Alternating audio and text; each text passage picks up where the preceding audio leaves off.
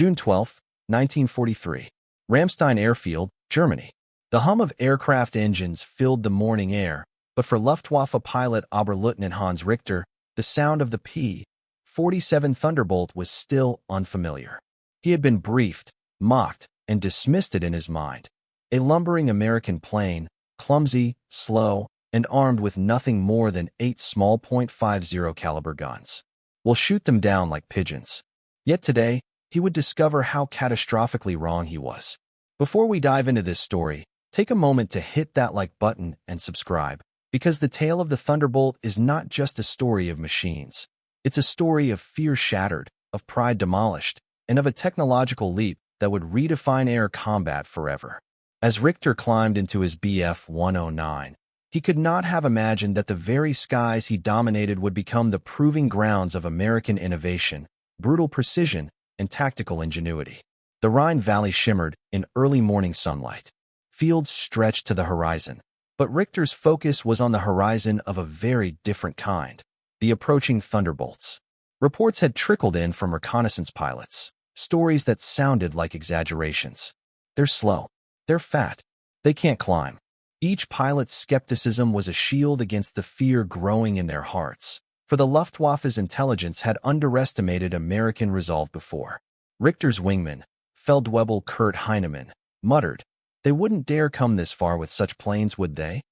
At 8:15 a.m., a formation of P-47s emerged from the clouds like gray predators. The Americans were flying in tight V formations, their silhouettes massive against the sun. Every pilot instinctively tightened grip on their sticks. The P-47s were larger than any fighter they had faced. The massive radial engines roared, sending vibrations through the air that German planes struggled to match. To Richter, the first glance was almost comical. "So many guns, 8?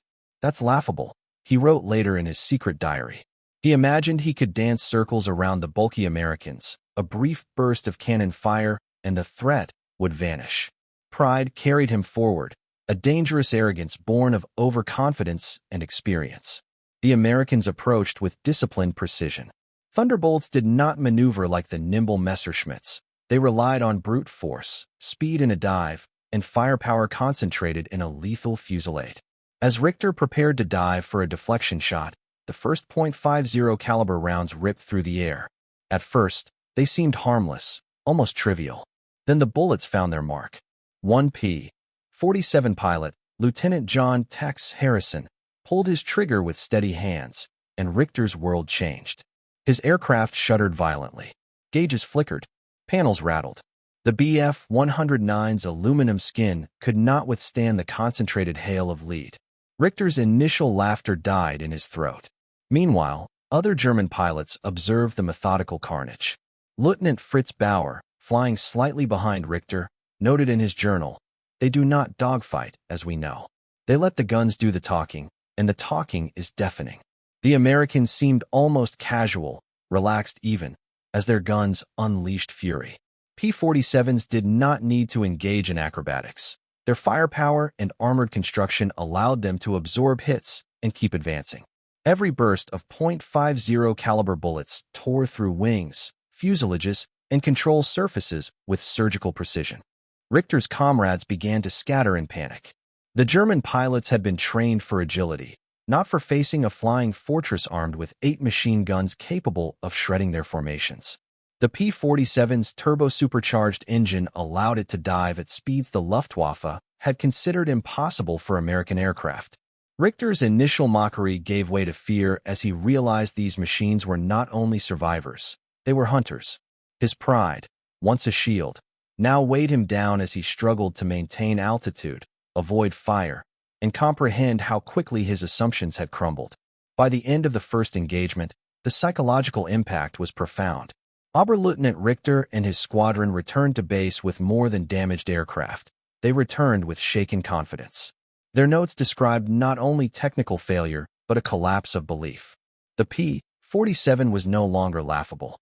It was unstoppable in ways German pilots had never prepared for. Even the most experienced aces wrote of awe mixed with dread, for the Thunderbolt had revealed a stark truth. American industrial ingenuity and battlefield innovation had produced a fighter that turned arrogance into vulnerability. This first clash marked only the beginning. The psychological transformation that would grip German pilots throughout 1943 was unstoppable. As P-47s continued to dominate the skies, the myth of Luftwaffe's supremacy began to fade. No longer was the war merely about skill or courage. It was about a technological leap that Germany had not foreseen, a machine that combined raw firepower, speed, and durability in a way the Axis had never imagined. The morning sun had barely risen over the Ardennes when Oberleutnant Hans Richter climbed into his Bf 109 again. His fingers shook slightly on the throttle, and a quiet dread had settled in the pit of his stomach. The laughter that had accompanied the thought of facing a P-47 was gone. In its place, a heavy awareness.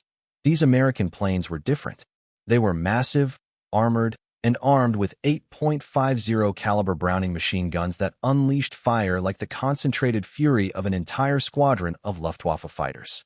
Even the most seasoned pilots could not ignore the visceral effect of that firepower.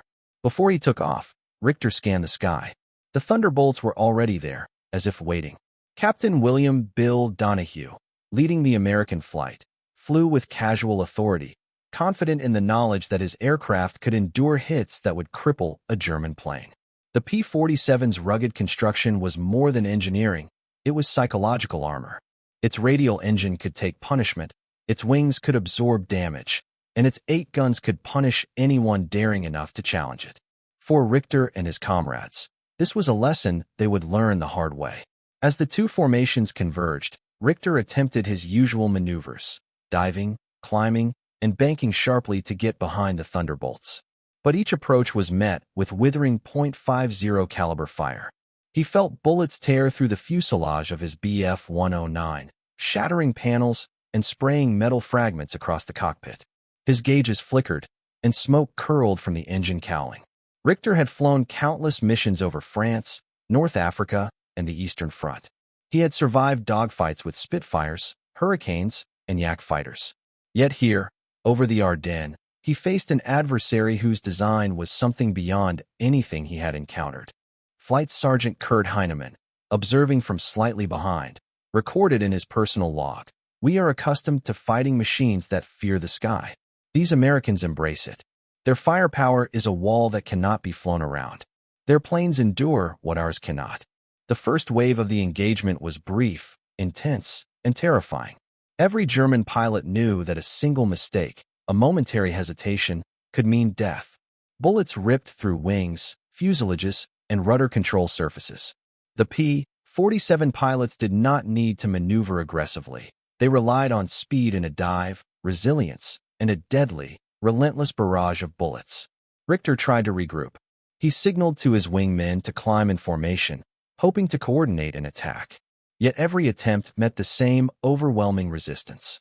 Even at higher altitudes, where the Bf 109 traditionally excelled, the P-47's turbo-supercharged engines allowed them to climb and dive with astonishing stability. The Americans were disciplined and precise.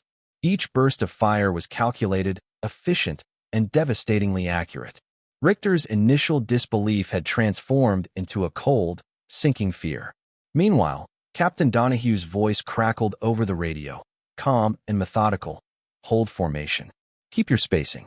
Lead them into your own mistakes. 8 guns. Fire only when you have a solid target."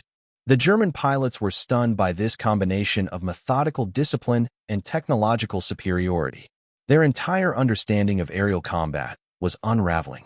In memoirs later written in hushed tones, Richter would describe it as watching the collapse of everything he had once believed about the skies. It was no longer skill versus skill, dogfight versus dogfight.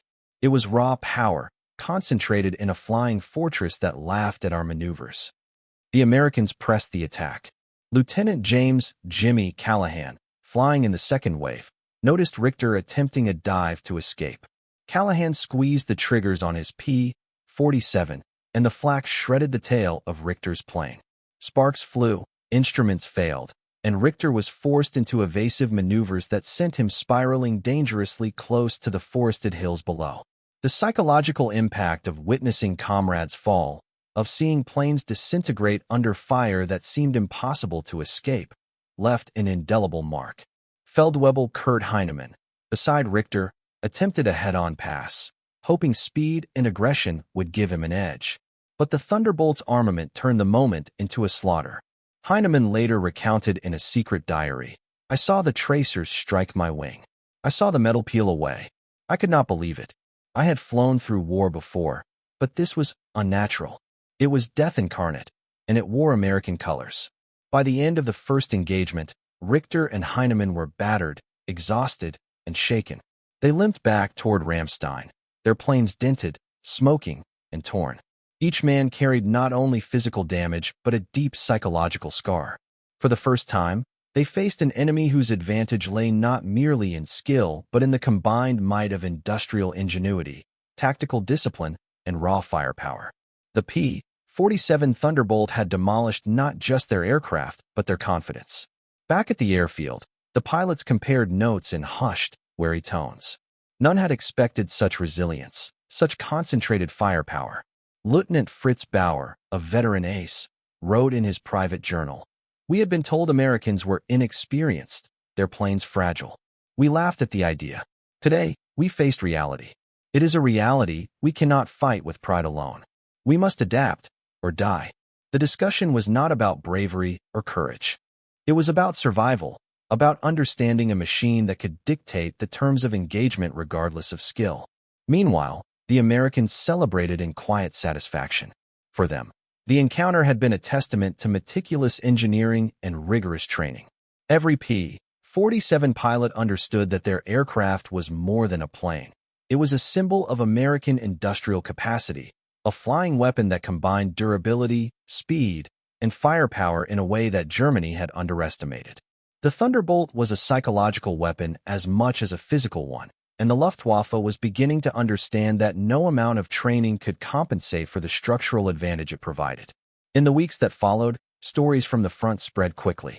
German intelligence officers collected after-action reports, but they struggled to interpret them. Words like invincible, untouchable, and lethal beyond measure appeared repeatedly. These were not exaggerations. They were the honest assessments of pilots who had encountered the P-47's 8.50 caliber guns firsthand. Richter and Heinemann, along with dozens of others, found themselves recounting encounters with a mix of fear and grudging respect. By mid-July 1943, the psychological effect of the Thunderbolt was profound. The Luftwaffe began reconsidering strategy, questioning assumptions about speed, agility, and armor. The idea of superiority that had governed their doctrine was eroding under the relentless reality of American innovation. For pilots like Richter, the P-47 was no longer a plane. It was a revelation, a symbol of the gap widening between German technology and the combined industrial might of the Allies. As the sun set over the Ardennes, Richter's journal captured the sentiment of a shattered belief system. "We laughed, we mocked, and we underestimated. We assumed our skill would always triumph over their numbers, that our experience could overcome their machines. We were wrong, and in this realization lies the beginning of defeat." The Thunderbolt had not just entered the skies, it had entered the minds of German pilots. Every engagement left a mark, every burst of .50 caliber fire undermined confidence, and every observation reinforced the terrifying conclusion: American aircraft, backed by unmatched industrial power, had shifted the balance of air combat irrevocably. The Luftwaffe's pride was wounded, and the realization would ripple across every theater in Europe. The dawn mist hung low over the French countryside as Oberleutnant Hans Richter prepared for another sortie. The taste of fear from his last encounter with the P-47 still lingered, a bitter reminder of the Thunderbolt's destructive capacity. His fellow pilots, once confident in the supremacy of their Bf-109s and Fw-190s, now approached the skies with a quiet, tense respect for the enemy. Every man knew the stories: planes shredded in seconds, skilled pilots forced to bail out, entire formations broken under the relentless fire of 8.50 caliber guns. Richter's wingman, Feldwebel Kurt Heinemann, was already airborne, circling warily above the trees. The two men exchanged signals, their usual bravado muted. They had laughed at the idea of American aircraft before, but the Thunderbolt had proven itself to be something entirely beyond their understanding. Its radial engine roared with an almost defiant confidence, a sound that seemed to challenge anyone foolish enough to meet it in the air. From the other side of the sky, Captain William Bill Donahue led his formation with measured precision. The American pilots had been briefed not only on the German tactics, but on the psychology of fear. They knew that the Bf-109s and FW-190s were aggressive, relying on sharp dives and high-speed maneuvers to overwhelm opponents. The Thunderbolt, however, was designed to absorb punishment, to weather the storm of German aggression and respond with devastating firepower. Each pilot knew that a single well-aimed burst from their 8 guns could destroy an enemy plane in moments. As Richter and Heinemann engaged the Americans, they discovered new horrors. Even in coordinated attacks, the Thunderbolts withstood hits that would have shredded any other fighter. Bullets ricocheted off reinforced armor, and the radial engine continued to purr despite repeated strikes. Richter felt a mix of awe and terror. These were no ordinary machines. They were fortresses in the sky, mobile death traps that seemed impervious to conventional tactics. In the rear seat of a P-47, Lieutenant James Callahan adjusted his gun sights, scanning for targets with meticulous care. Every burst was calculated, every angle assessed.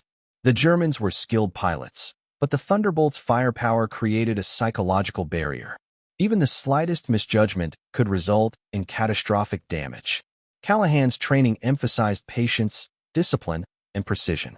Unlike the Luftwaffe's reliance on dogfighting skill and agility, the Americans trusted technology and industrial might to dictate the terms of combat.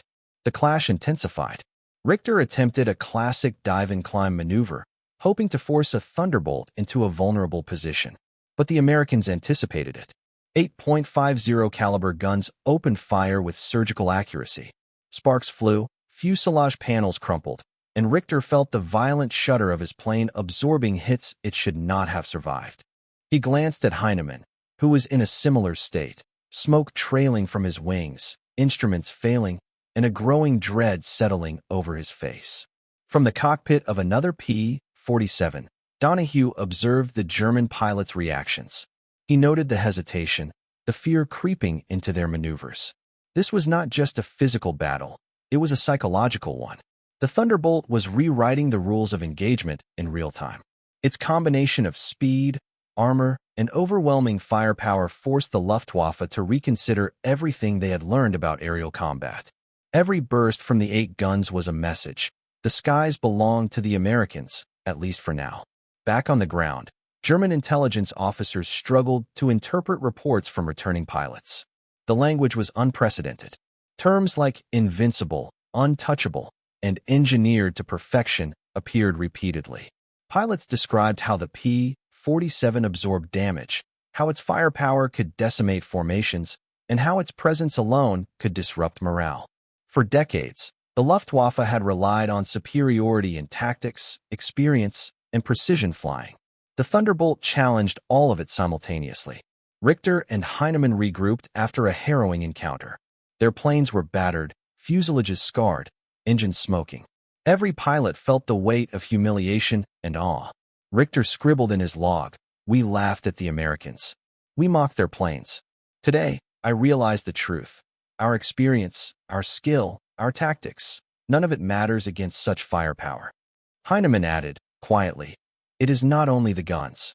It is the knowledge that they can replace what is lost faster than we can destroy. Every plane we shoot down is replaced. Every pilot they lose is replaced. They are endless."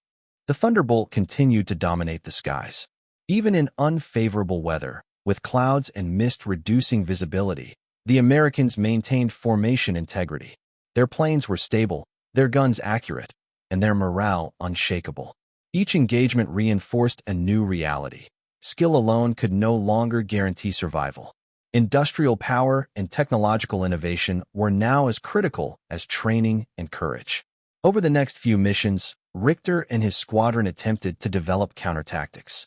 They experimented with flanking maneuvers, head-on passes, and coordinated dives, but each approach was met with the same result. The Thunderbolt's durability and firepower nullified traditional strategies.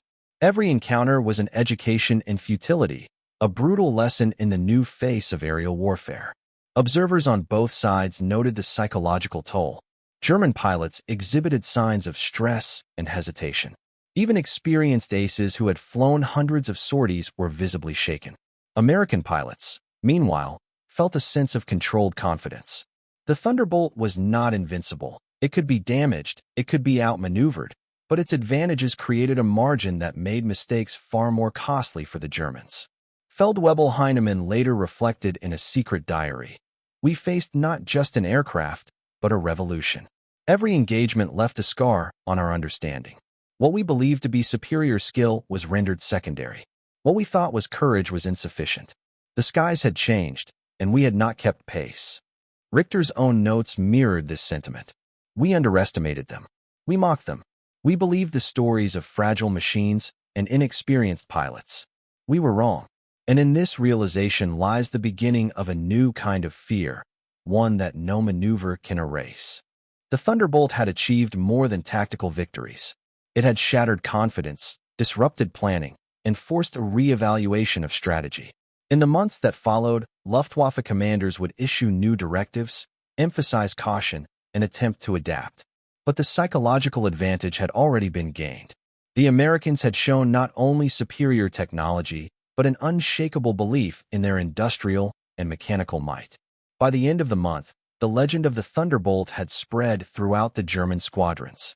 Pilots who had encountered the aircraft spoke of its armor, its guns, and its relentless efficiency.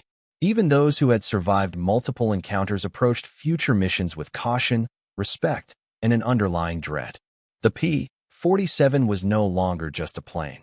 It was a symbol of a power Germany had not fully comprehended, a warning that the skies were no longer a place of skill alone, but of engineering, production, and relentless American ingenuity. The morning fog lingered over the rolling fields of northern France, a pale veil hiding the devastation to come. Oberleutnant Friedrich Weber adjusted his goggles, the bitter taste of adrenaline still clinging to his mouth. Yesterday, his squadron had faced the P-47s in a clash that shattered every assumption about aerial combat. Today, there was no laughter, no swagger, only a tense, cautious awareness. Each pilot knew that the slightest miscalculation could end their life or destroy their aircraft. The P-47 Thunderbolt had become more than a plane. It was a psychological weapon. Its massive radial engine roared like a predatory beast, and its 8.50 caliber guns were capable of turning a squadron into smoldering wreckage in seconds. The German pilots had initially dismissed it as an overbuilt, cumbersome machine, an American folly. But now, they understood the brutal truth. It was both resilient and lethal, a fortress in the sky that punished arrogance and rewarded precision. In the lead cockpit of a Thunderbolt, Major Richard "Hawk" Henderson scanned the horizon. His formation moved with mechanical precision, every maneuver rehearsed, every target prioritized. Intelligence had briefed the pilots on Luftwaffe tactics, and they had prepared for aggressive dives, tight turns, and rapid-fire attacks. But the Thunderbolt's combination of armor, firepower, and speed nullified these strategies, turning enemy skill into vulnerability. Feldwebel Weber and his wingmen attempted a classic bounce attack, diving from above to catch the Americans off guard. The P-47s, however, held formation with disciplined coordination. When Weber opened fire, he saw tracer rounds ricochet harmlessly off reinforced panels, the recoil from the guns shaking his plane as it returned with devastating accuracy. Sparks flew, fuselage panels bent, and a sense of growing panic gripped him. His once confident wingmen were scattering, each trying to survive the torrent of lead. Below, Lieutenant Karl Fischer, a junior German pilot, observed his comrades falling victim to the Thunderbolt's superior firepower. His training had taught him evasive maneuvers, tight formations, and tactical cunning. Yet all of it seemed irrelevant against a plane designed not merely to fight, but to endure. Fischer's hands shook as he gripped the controls, realizing that experience and bravery alone could no longer ensure survival. Every engagement was a lesson in humility, a bitter acknowledgement of American technological supremacy. On the American side, The P-47 pilots executed maneuvers with calm precision. Captain William Donahue led his squadron in overlapping defensive formations, using altitude and firepower to control the engagement. Each pilot understood the psychological advantage they now held. The Germans hesitated, second-guessed their attacks, and made mistakes that would have been unthinkable in previous battles. The Thunderbolt was more than a tool. It was a symbol of industrial dominance manifest in combat form. Back on the ground in occupied France, Luftwaffe Command anxiously monitored radio reports. The descriptions from returning pilots were unprecedented: indestructible, armored fortress, relentless guns that tear apart everything in sight. These accounts spread quickly, affecting squadron morale. Pilots who had not yet faced the Thunderbolt began to fear it before they ever took flight. Reports of downed Bf-109s and FW-190s littered the intelligence logs, each one a stark reminder that the P-47 was changing the rules of engagement. Feldwebel Weber barely survived another encounter. His wingman, Oberleutnant Hans Dietrich, had been torn from the sky in a matter of seconds. Weber watched helplessly as the Thunderbolt's 8 guns shredded the fuselage, smoke trailing into the clouds. He jettisoned his remaining ammunition and attempted a steep climb to escape, but the psychological toll was undeniable. Fear had replaced confidence, and hesitation had become a deadly liability. Lieutenant Colonel Kurt Muller later reflected on the engagements of this period. "We were skilled, trained, and proud. Yet the Thunderbolt made us realize how fragile our assumptions were. Skill alone no longer mattered. Endurance, firepower, and industrial might dictated the outcome. Each encounter left a scar on our psyche." His diary entries, discovered decades later, reveal the slow erosion of belief that German pilots had in their own superiority. The P-47s continued to strike with ruthless efficiency. Each sortie reinforced the lesson that the Thunderbolt was designed to dominate. Even in the worst weather, pilots maintained formation and accuracy. The radial engine's durability allowed aggressive maneuvers that other aircraft could not survive. The 8.50 caliber guns, when combined with precise tactics, created a margin of destruction that forced German pilots to rethink every aspect of aerial warfare. As Weber limped back to base, his aircraft riddled with bullet holes but still flying, he understood a new reality. The P-47 was more than a plane. It was a manifestation of American industrial power in the sky. Each encounter was a demonstration of logistics, engineering, and production capacity. The Thunderbolt could take punishment, recover, and return to combat, a stark contrast to German aircraft, which required meticulous maintenance and were far more vulnerable to damage. American pilots observed the effects with clinical detachment. They saw the fear, hesitation, and awe in the enemy's eyes. Every engagement reinforced the psychological advantage, a subtle but decisive form of warfare.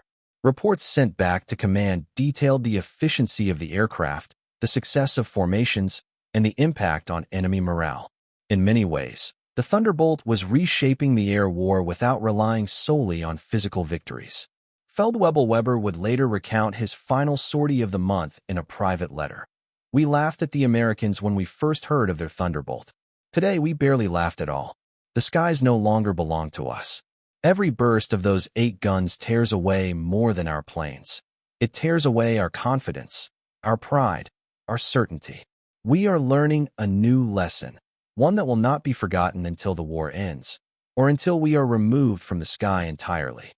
By the end of the month, the P-47 had earned a fearsome reputation. The Germans no longer mocked its design or doubted its effectiveness.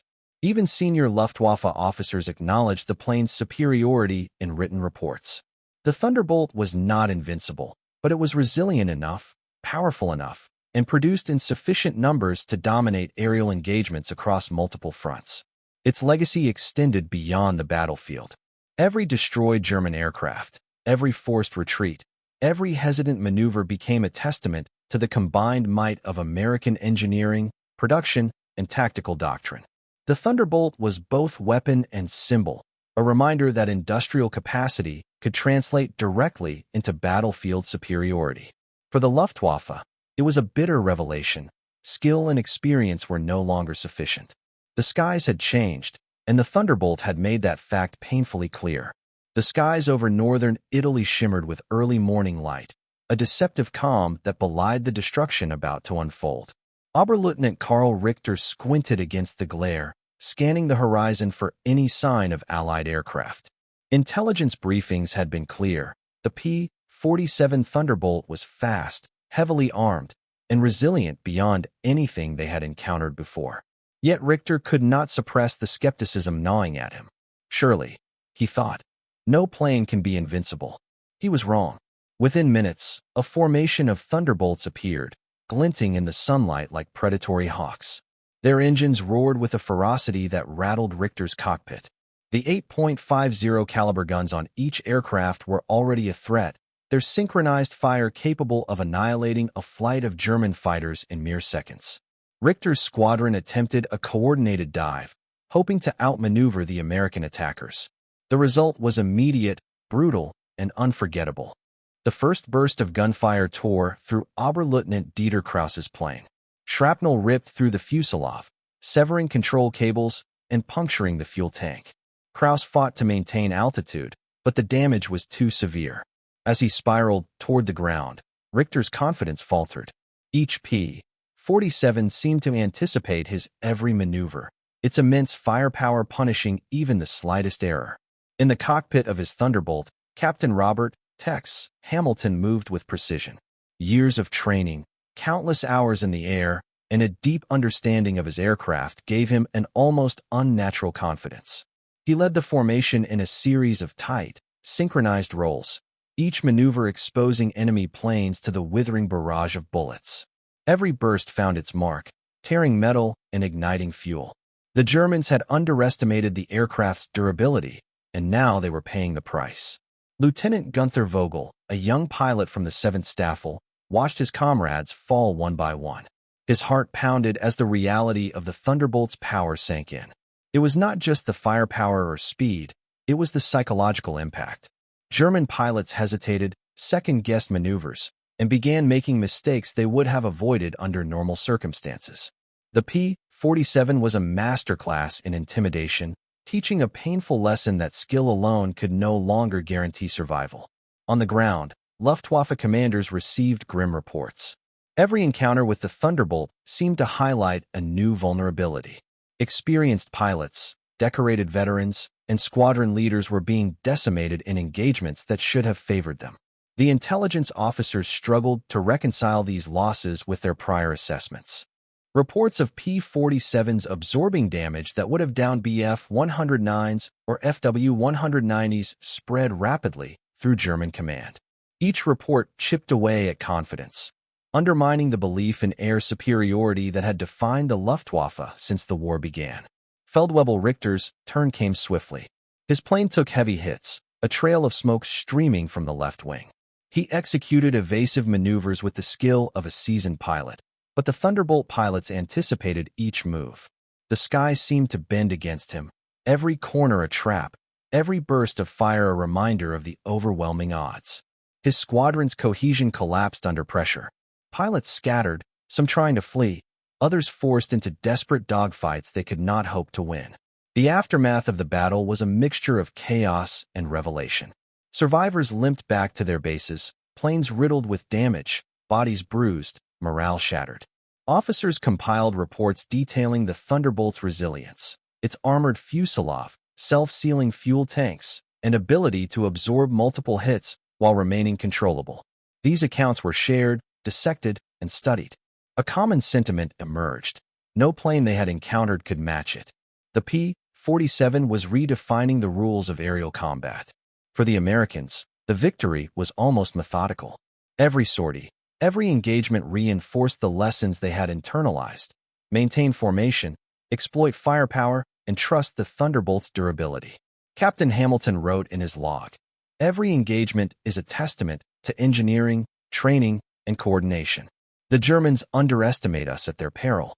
The Thunderbolt is not merely a tool, it is an extension of American industrial might." Meanwhile, the psychological toll on the Luftwaffe deepened. Pilots began recording their experiences, letters to families becoming both confessions and warnings. Oberleutnant Dieter Kraus, recovering from a crash, wrote, We laughed at the Americans when we first heard of their Thunderbolt. Today, we know that laughter was foolish. Each sortie is a lesson in humility. Each encounter a reminder that skill alone is no longer enough. Feldwebel Richter's memoirs, discovered decades later, provide a chilling glimpse into the mind of a defeated pilot. I had flown against the finest aircraft in Europe, yet the Thunderbolt was in a league of its own. Its guns, its speed, its resilience, everything combined to make us doubt our own abilities. We were being educated in fire and steel, taught lessons that could not be ignored. Even Luftwaffe strategists recognized the implications. The Thunderbolt's combination of armor, speed, and firepower forced a re-evaluation of tactics, aircraft design, and pilot training. No longer could dogfighting skill guarantee success. Industrial capacity, engineering excellence, and pilot coordination dictated outcomes. The psychological edge was just as decisive as the physical. The skies of northern Italy became a proving ground. Every village, every ridge, every valley witnessed the P-47's dominance. German pilots observed, learned, and adapted, but adaptation was costly. Many never returned. Survivors carried the memory of 8.50 caliber guns tearing through the sky, the roar of the radial engine, and the knowledge that they faced a foe whose technological edge was overwhelming. For the Americans, these battles demonstrated more than just tactical superiority. They symbolized the culmination of industrial innovation, strategic planning, and rigorous training. The Thunderbolt was a tangible manifestation of American ingenuity, a flying fortress that conveyed power, precision, and resilience. Each victory validated not only skill and bravery, but the immense logistical and technological effort that made the aircraft possible. By the end of the month, the psychological transformation was complete. German pilots no longer underestimated the Thunderbolt. Senior officers adjusted strategy, acknowledging that aerial superiority now belonged to the Americans. The P-47 had achieved what few weapons could. It had reshaped perception, instilled fear, and demanded respect. Feldwebel Richter summed it up in a later diary entry. We went into battle with pride, with confidence, and with belief in our aircraft and our training. The Thunderbolt changed everything. It was not simply a machine, it was a statement. Each encounter left us battered, humiliated, and awed. The skies would never be the same, and neither would we. The Thunderbolt's legend was cemented in these brutal encounters. Its story extended beyond statistics and sorties. It became a symbol of American resilience, technological prowess, and the strategic application of industrial might. For the Luftwaffe, the lessons carved in fire and lead were indelible. The P-47 was not just another fighter plane. It was a harbinger of inevitable dominance in the air war. The sun dipped behind the Apennines, casting long shadows across the rolling hills of northern Italy.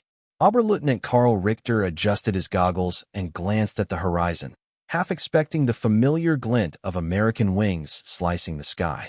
The Thunderbolt had become a specter in their minds, a machine that dominated both air and imagination. Each pilot knew that survival was no longer guaranteed by maneuver skill alone. It depended on anticipating an enemy who had weaponized both engineering and industrial supremacy. Captain Robert Tex Hamilton led his squadron with quiet precision, each P-47 a lethal extension of his will. The 8.50 caliber guns hummed with anticipation, a symphony of destruction waiting to be unleashed. Yet, beyond the immediate threat of combat, Hamilton understood the deeper impact, the psychological advantage American air power imposed on their adversaries. Every German pilot that fled or hesitated carried the invisible scars of earlier encounters, the memory of friends lost to an aircraft that refused to yield. Feldwebel Richter's squadron was ordered to intercept a reconnaissance group attempting to photograph Allied positions near the Po Valley. The Luftwaffe pilots were tense, each heartbeat echoing in the confined space of their cockpits. They had studied the Thunderbolt, memorized its weaknesses, or what they believed to be weaknesses, but the reality in the air was unforgiving. Even minor miscalculations resulted in devastating consequences. The encounter began with cautious maneuvers, German fighters forming a defensive V, their wings slicing through the amber light. But the Thunderbolts approached with relentless coordination. They dove, rolled, and banked in synchrony, presenting multiple angles of attack simultaneously. Each burst of .50 caliber fire shredded metal, punctured armor, and left trailing smoke that marked a plane's doom. Richter watched in disbelief as one of his comrades was struck mid-turn, spiraling down into the valley below. There was no glory in this fight, only the stark reality of industrialized death. Lieutenant Gunther Vogel, who had survived previous engagements, attempted a daring maneuver. He aimed to outflank the Thunderbolts and catch them in a blind spot. But as he banked sharply, he realized the American pilots anticipated the move, adapting instantaneously. The P-47s moved as a single entity, each pilot reading the others, their formations almost preternatural. Vogel's plane was riddled with holes, instruments destroyed, and the radio silenced. He felt the familiar surge of adrenaline and fear, now mixed with a creeping respect. The Thunderbolt was more than a plane. It was a lesson in the fusion of engineering and strategy.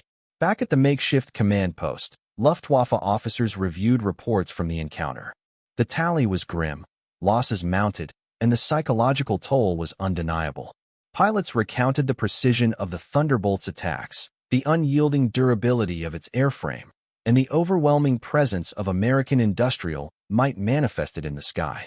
Even the most seasoned commanders could not reconcile their expectations with reality. Oberst Hans Meyer, veteran of countless campaigns, wrote, "Our doctrines, our experience, all seemed obsolete. The Americans had reshaped aerial combat not by numbers alone, but by creating an aircraft that redefined possibility." Meanwhile, the Allies capitalized on these encounters to bolster morale and refine tactics. Every sortie was a test of both machine and mind. Captain Hamilton noted that the Thunderbolt's effectiveness was amplified not merely by its design, but by the integration of logistics, training, and coordination. Ground crews ensured that engines were flawless, weapons were loaded with precision, and maintenance kept aircraft in peak condition. The aircraft was more than a fighter. It was the apex of a system perfected for modern war. The psychological transformation among German pilots reached its zenith during the late summer campaigns. Survivors of multiple engagements reported an overwhelming sense of inevitability. The Thunderbolt was fast, maneuverable enough to evade many traditional attacks, and resilient to damage that would have downed other fighters. Each encounter chipped away at pride, leaving fear, respect, and a dawning realization that technological superiority could not be matched by sheer experience or tactics alone. Feldwebel Richter recorded his reflections with a somber tone. "We were trained, we were proud, we believed in the Luftwaffe's legacy. Yet, each flight against the P-47 stripped away confidence. It was not merely our bodies that were tested, it was our understanding of air combat itself. These machines, these Americans, had rewritten the rules." On the ground, American crews observed the effects with quiet satisfaction. The P-47 was a physical testament to industrial might, yes, but it was also a psychological weapon. Pilots returning from missions shared experiences, reinforcing a culture of confidence and mastery. The Thunderbolt symbolized not only victory, but the overwhelming resources, ingenuity, and coordination behind every American aircraft that soared into the skies. By autumn, the Thunderbolt had become legend. Stories spread through the Luftwaffe, pilots downed before they could respond, formations shredded by concentrated fire, entire squadrons forced into retreat. For the Germans, each encounter was a stark reminder that the war in the air was no longer a contest of skill alone. Industrial capacity, strategic deployment, and technological innovation were decisive, and the Thunderbolt embodied all three. Feldwebel Richter, writing in the dim light of a winter evening months later, reflected, "We laughed at tales of American fighters, dismissed them as propaganda. By the time the first P-47 tore through our formation, laughter was impossible. Fear, awe, respect, it is difficult to describe the combination that took hold. We were not simply fighting a plane. We were confronting the very might of a nation expressed through steel, fire, and courage." The Thunderbolt's legacy endured beyond individual battles. Its presence reshaped strategy, dictated aerial doctrine, and forced the Luftwaffe to recognize that traditional metrics of superiority were inadequate. Pilots like Richter and Vogel would carry the lessons of the skies for the rest of their lives. Technological innovation, properly harnessed, could decisively alter the course of conflict. As winter snow blanketed the northern Italian valleys, the skies seemed emptier, but the memory of the Thunderbolt lingered. It had not only rained lead on German aircraft, it had shattered assumptions, redefined fear, and ensured that the air war and the perception of American power would never be underestimated again. The final windup is clear. The P-47 Thunderbolt was more than an aircraft. It was a symbol of industrial strength, tactical brilliance, and psychological warfare. 8.50 caliber guns fired in unison, yes, but more importantly, they fired a lesson that in modern war, mastery comes not from tradition alone, but from innovation, preparation, and the courage to wield them. In the annals of World War II, few machines inspired such simultaneous terror and awe. For the Luftwaffe, it was a reckoning. For the Allies, it was proof that when engineering, strategy, and spirit converged, no sky was unconquerable. The Thunderbolt did not merely win battles. It reshaped minds, commanded respect, and left an indelible mark on the history of aerial warfare. The sky over Europe in 1943 was no longer just a battlefield. It was a proving ground for innovation, industrial might, and the indomitable spirit of a nation. The P-47 Thunderbolt, with its 8.50 caliber guns and rugged airframe, became more than a machine of war. It became a symbol, a force that reshaped the perceptions of every German pilot who dared to face it. Laughter and arrogance gave way to awe and fear, as each encounter demonstrated that victory was not solely a matter of skill, but of preparation, coordination, and relentless engineering. From the first dive to the last retreat, the Thunderbolt imposed a psychological toll as heavy as its physical devastation. Pilots carried its lessons with them: precision, resilience, and the staggering power of a nation's industrial heart channeled into a single, formidable aircraft. For the Luftwaffe, the sky had become a mirror reflecting their own limitations. For the Allies, it became proof that ingenuity and determination could convert steel, fire, and courage into legend. The story of the Thunderbolt is more than an account of battles won or lost. It is a testament to the intersection of human will and technological mastery. Its legacy endures in every plane that dominates the skies, in every pilot who faces overwhelming odds, and in the timeless lesson that true power is measured not just in weapons, but in vision, execution, and the unyielding belief that the impossible can be made real. In remembering the P-47, we remember more than a warplane. We remember the courage it inspired, the fear it imposed, and the indelible mark it left on history.